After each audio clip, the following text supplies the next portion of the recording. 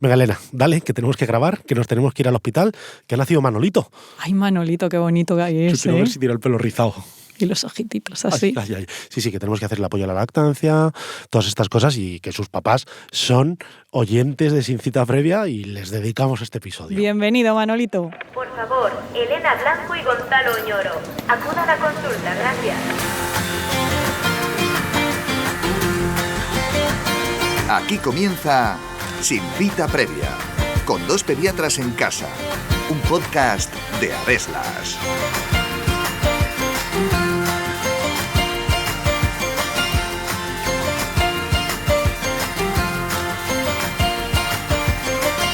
¿Habéis sentido alguna vez la sensación de que se nubla la vista, perdéis fuerza, os da vueltas la habitación incluso llegando a perder el conocimiento? Estos episodios son lo que se conoce como síncopes, muy habituales sobre todo en chicas adolescentes. Pero, ¿por qué se producen estos episodios? ¿Realmente están relacionados con que mi hija no desayune por la mañana? ¿Es necesario hacer algún tipo de prueba? ¿Y cómo debo actuar en estos casos? Está a punto de comenzar un nuevo episodio de Sin Cita Previa en el que os contamos todo lo que tenéis que saber sobre los síncopes en la infancia. Así que ajustaos bien los auriculares porque empezamos.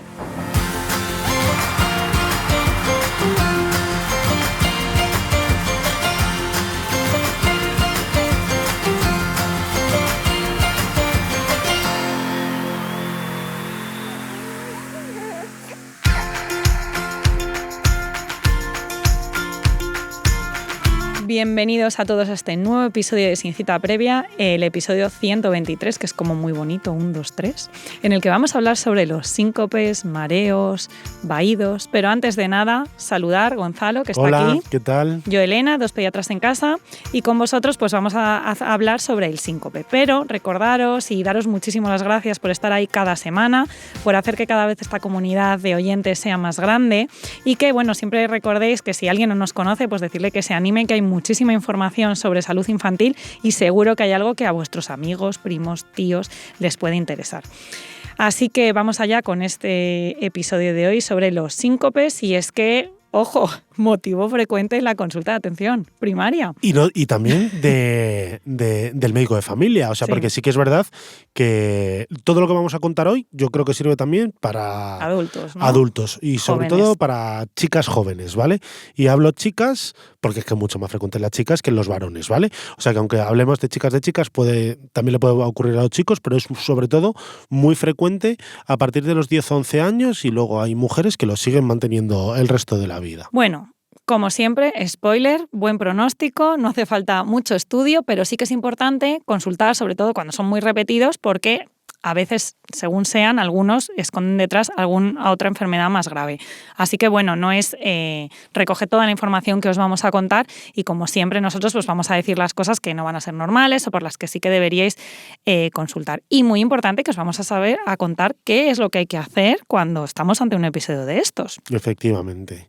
Lo primero de todo decir que es un síncope, porque sí que un vaído, se ha desvanecido, Es se ha muy bonito, desmayado, sí. ¿no? Un payá Claro. que te ha dado. Pero realmente la definición clásica de un síncope dice que es la pérdida brusca y transitoria de conocimiento y del tono postural de breve duración y con recuperación completa e inmediata, y aquí viene la parte importante, que se origina como consecuencia de una disminución de la perfusión arterial cerebral. Vale, esto suena a nos ha dado un payá, lo que acabas de decir. Claro, a ver, si pensamos que la perfusión arterial cerebral la recibe el cerebro por el impulso que genera el corazón por las arterias carótidas hacia ella, pues de repente nos lo imaginamos como que pierde fuelle y ¡pum! Claro, no está llegando Desconectamos. suficiente riego sanguíneo al cerebro en ese momento y ocurre lo que ha dicho Elena, de repente el cerebro dice, Necesito sangre y me tumbo y la consigo. claro, esos son lo que es más frecuente, que son los síncopes vasovagales. Luego hay otras muchas causas de síncopes que no vamos a ver aquí, pero por ejemplo, si tienes una arritmia cardíaca, que tu corazón, por También tanto, no podría pasar bombea eso. bien, porque hay algún momento que el corazón no está latiendo al ritmo que tiene que latir, pues a lo mejor no te llega sangre al cerebro por ese motivo y va a pasar lo mismo en el cerebro. Pero lo más frecuente es que sea un síncope vasovagal, que aquí lo que realmente está ocurriendo es que tú tienes una demanda de sangre al cerebro y tu tensión arterial no se responde. adapta a lo que se tiene que adaptar, porque no siempre tenemos la misma tensión arterial en todo vaso sanguíneo, con lo cual no se adapta y el cerebro dice, me falta un poco de fuelle y desconecta, como dice Claro, Elena. hay una estimulación del sistema nervioso parasimpático que produce todos estos síntomas, la hipotensión y bueno, todo lo que lleva más allá. Entonces, bueno... Esto va a ser mucho más frecuente, por ejemplo, cuando pasamos de estar sentados a ponernos de pie. Necesitamos un aumento de tensión arterial. Claro, o de tumbados a de pie, ¿no? Porque vamos como en contra de la gravedad, entonces aquí las presiones, los pascales, pues necesitamos un aumento y como que el corazón y nuestro sistema de catecolaminas no responde, hay un estímulo del vaso vagal y ¡pum! Claro. Me caigo. Y el cerebro es que es muy listo, que es lo que has dicho, que dice, no me está llegando sangre al cerebro porque se está poniendo de pie, lo que voy a hacer es desconectar para caerme, tumbarme y entonces que me llegue más sangre al cerebro y ahí es cuando, recuperas el conocimiento de forma rápida. Claro, característica típica es que me recupero súper rápido, ¿no? Pero claro, en esta pérdida de tensión, ¿qué pasa? Pues si hay una disminución de tensión, me pongo pálido, obviamente la visión primero nublada, luego borrosa, posteriormente puede ser negra y a veces pues también con sensación nauseosa. Hay ocasiones en las que se produce una pérdida total del conocimiento y hay otras que es como un casi voy a perder, porque lo identifico. Se llama presíncope y es la situación previa al síncope. Pues todo esto es debido a lo mismo. Y además es muy característica que ocurra en esa edad adolescencia prepuberal. La media máxima en lo que vemos a las consultas de pediatría son en torno a los 12 años, pero bueno, hay unas niñas que pueden empezar un poco antes y otras después. ¿Por qué? Pues porque están ahí en pleno desarrollo puberal, crecimiento rápido, es más frecuente en las niñas además que son más delgaditas y tienen un sistema cardiocirculatorio que responde de una manera perezosa a estos cambios bruscos de tensión arterial y ya está. Y es de repente una niña que nunca le había pasado, cuando llega a esta edad típica, viene a la consulta. Le pasó el otro día en clase. Claro, también es más frecuente en otras situaciones en las que esto está más acrecentado. Si hace calor, si estoy mucho tiempo de pie. Sí. Todas estas cosas pues, pueden ocurrir. Por ejemplo, si tienes dolor, que también puedes hacer un vasovagal por un estímulo parasimpático. Lo digo porque, aunque luego cuando vemos en la consulta a un niño con un adolescente o un adulto con síncopes y le hacemos la historia clínica, incidimos mucho de ¿qué estabas haciendo? ¿Te estabas poniendo de pie? ¿No te estabas poniendo de pie? Pero muchas veces lo cuentan sobre todo las chicas adolescentes. No, estaba sentada y de repente me empecé a marear, no me estaba poniendo de pie. Pues también puede ser que en ese momento tengas como una bajada transitoria de tensión arterial y no dé para el riego sanguíneo que te está llegando, ¿no? Entonces, bueno, normalmente, claro, cuando venís a la consulta a contarnos estos síntomas, pues en ese momento están asintomáticas las niñas, ¿no? Cuenten, pues mira, me pasa y bueno, claro, hacemos una buena historia clínica, cuándo te ha pasado, cómo ha sido, cómo era, qué has sentido. Más como ya son niñas mayores, pues la entrevista generalmente se la hacemos directamente a ellas. Por ejemplo, si ha ocurrido delante de los padres o estaban en educación física y le ha pasado, oye, ¿te dijeron que se puso pálida? Sí, se puso súper blanca. Bueno, claro, pues eso también nos ayuda a la historia. Que son los síntomas esos vagales, casi como si fuera el niño a vomitar, ¿no? Porque sudoroso. Otra cosa es lo que siente el niño, no, la vista nublada, puede perder fuerza, pero claro, él no se puede mirar a sí mismo y desde fuera ven, no, estaba súper pálido y como sudoroso frío, eso es súper típico. Claro, y además, bueno, hacemos una exploración física completa, pues buscando que nos parezca que la exploración sea normal, que no veamos signos de anemia, ahora contaremos por qué esto es importante, y les tomamos la tensión en ese momento. Lo normal es que sea normal, pero un poco justita, eso baja. Es verdad que las niñas que suelen tener síncopas suelen tener tensiones en el rango bajo de la normalidad y cuando requieren un poco más de trabajo se quedan por debajo. Pues se quedan por debajo y entonces son las que suelen tener síncopes. Decir que la mayoría de las veces la historia clínica va a ser compatible con una historia de un síncope o un presíncope, que si se sigue de una exploración física normal, con una toma de tensión normal, y en ocasiones podemos decidir, por ejemplo, hacer un electro, dependiendo un poco en qué situación sea, pues decimos, mira, esto es un síncope, no requiere más estudios y ya está.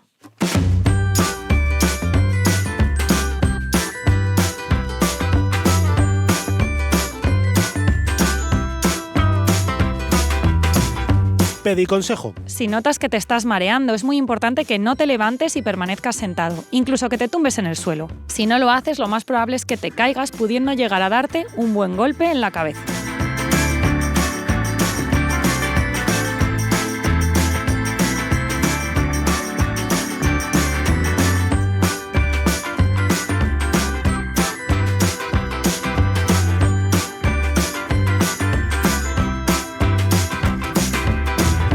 ya estamos de vuelta. Excelente pediconsejo, Elena, porque una de las cosas más importantes cuando ves que te vas a marear es evitar que te pasen peores cosas, porque si te estás mareando, te pones de pie, no, yo aguanto, que es lo que pasa muchas veces. El típico padre pues no en aguantas, el parto, pues el típico padre en el parto de su hijo, no en plan, que ya le ves blanco, siéntese usted y tú un besé, no, que yo aguanto, y lo siguiente que oyes es ¡pum! Persona al suelo, golpe a la cabeza y brecha. No, si veis que os estáis mareando, sentaros en el suelo, tumbaros, no pasa nada, ya os recuperaréis y no hay que tener vergüenza de estas cosas. Y es importante, ¿no?, que ningún paciente que vemos en la consulta pues salga de allí sin la prevención más importante de los golpetazos que te puedes meter. O sea, identificar bien qué es lo que te pasa, reconocerlo y que se quede en un presíncope sin una pérdida del tono postural. Y bueno, lo que seguimos en este episodio vamos a hablar de cuándo investigamos esos síncopes vasovagales que nos parece que no lo son. Esos son realmente los que vamos a estudiar. O sea, ¿no? no Los serían que no nos vasovagales, serían síncopes. Sí, los que no nos cuadra la historia clínica de que realmente sea una cosa benigna, que son los síncopes vasovagales, ¿no? Y para eso, pues por ejemplo, estamos investigando lo que yo contaba antes, ¿no? Causas cardíacas que puedan ser debidas a una arritmia o incluso una causa neurológica como la epilepsia, que sean crisis atónicas. Claro, la gente está acostumbrada a que la epilepsia, pues bueno, sí pierdes el conocimiento, pero hagas sacudidas, eso obviamente no es un síncope, pero es que hay veces que una crisis convulsiva puede ser pierdo el conocimiento y me quedo flácido, con lo cual, que son atónicas. Sí. Entonces, eso te puede parecer un síncope. Entonces, ahí la historia va a ser muy importante para que discernamos cuáles vamos a investigar y cuáles no. Claro, eso es lo más importante, buscar causas que no sean un síncope vasovagal, sino que se traten de causas de origen cardíaco neurológico que obviamente tienen una causa clara, que además tiene un tratamiento y que debemos identificar. Entonces, ¿qué cosas nos tienen que alertar de la historia clínica para decir, esto ya no me cuadra con un síncope vasovagal?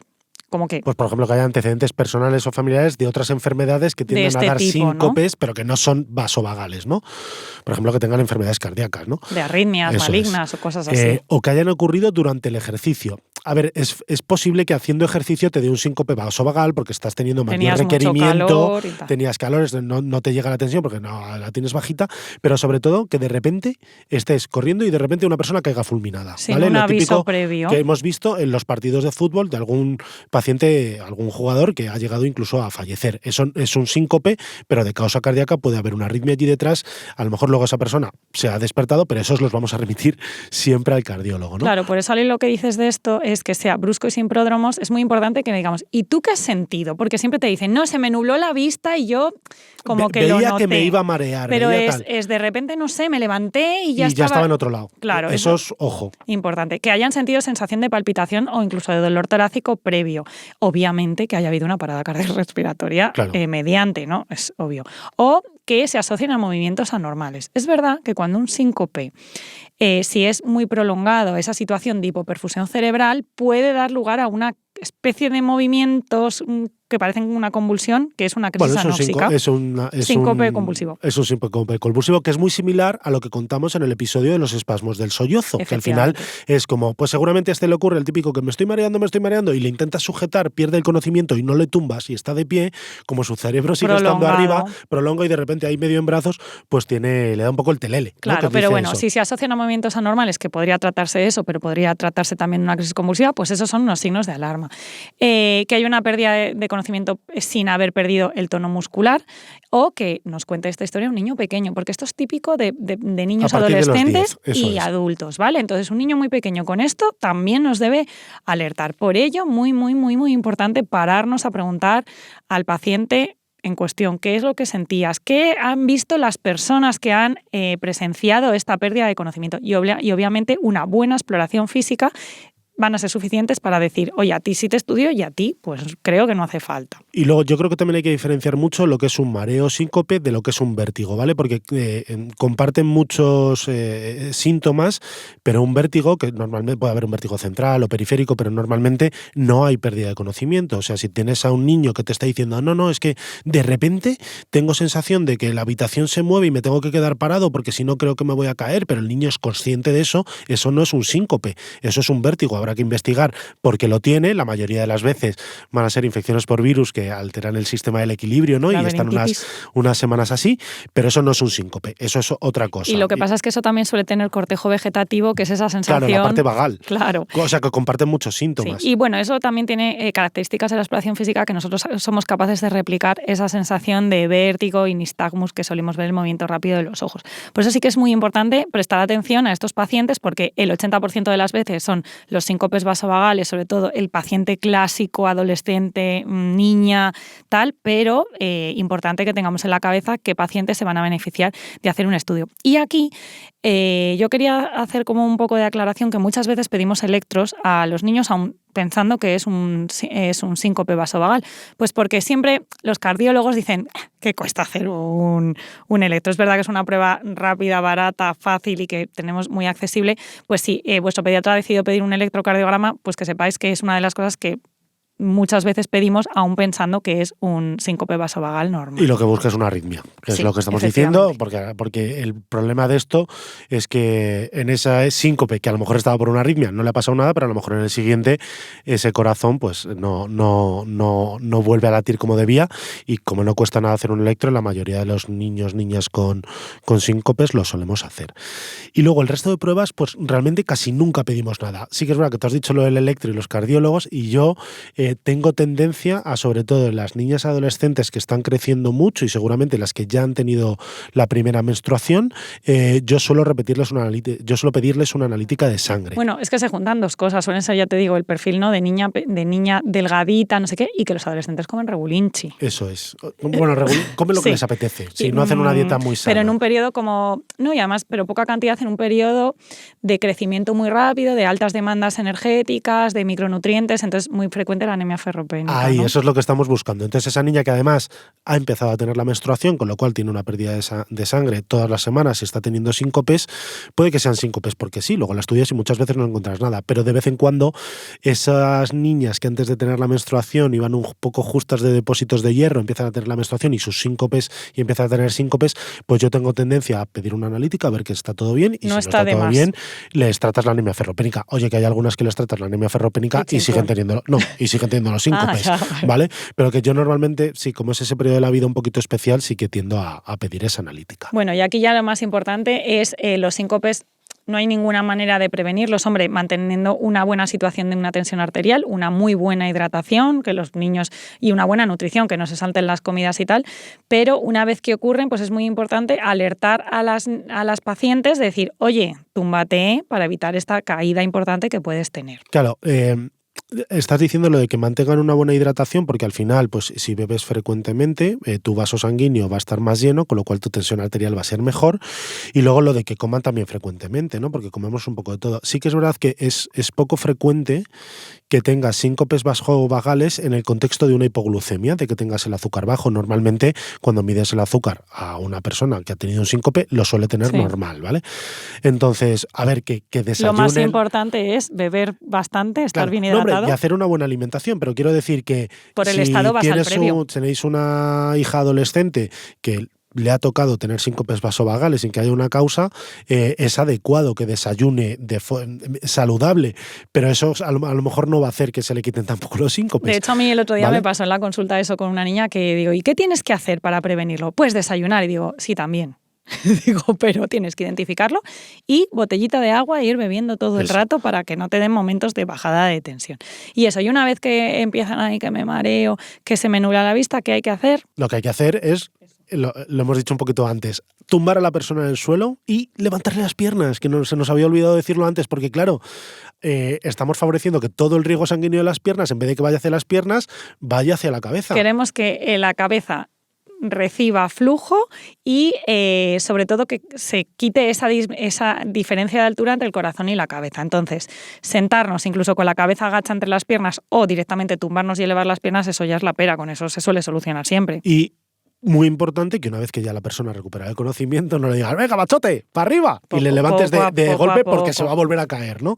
Entonces es de tumbado, pasamos a sentados en el suelo, luego de sentados en el suelo a sentados en una silla, bebemos un poquito de agua, le damos un poquito de abanico, tal, y luego poquito a poco pues ya nos levantamos. Bueno, Gonzalo, vamos a ir terminando, que si lo bueno es breve, 2 veces bueno. Y mi abuela decía que si lo malo es breve, es menos malo. Así que todo ventajas. Y cerramos el resumen del episodio de hoy. Los síncopes vasovagales son episodios de pérdida brusca y transitoria del conocimiento y del tono postural, de breve duración y con recuperación completa e inmediata, precedidos de síntomas prodrómicos como sudoración, taquicardia, visión borrosa o sensación de mareo. Son muy frecuentes en la infancia, sobre todo en chicas durante la pubertad. Con una buena historia clínica y una exploración física suele ser suficiente para descartar otras posibles causas de síncopes, salvo un electrocardiograma que se suele solicitar en la mayoría de los casos. Los signos de alarma en los síncopes son la ausencia de fase prodrómica, que ocurran durante el ejercicio, que el niño tenga menos de 6 años y que se asocien a movimientos anormales. Si identificamos que alguien está teniendo un síncope, debemos animarle a que se quede sentado o tumbarle y levantarle las piernas.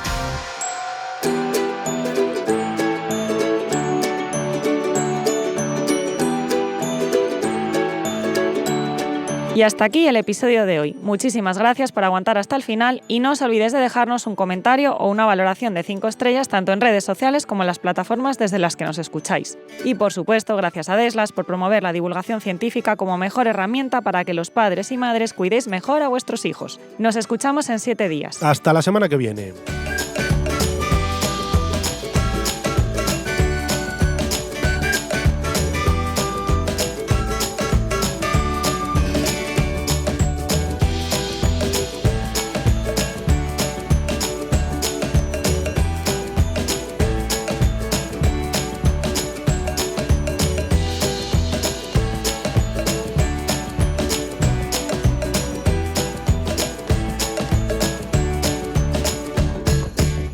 Toda lágrima enseña a los mortales una verdad.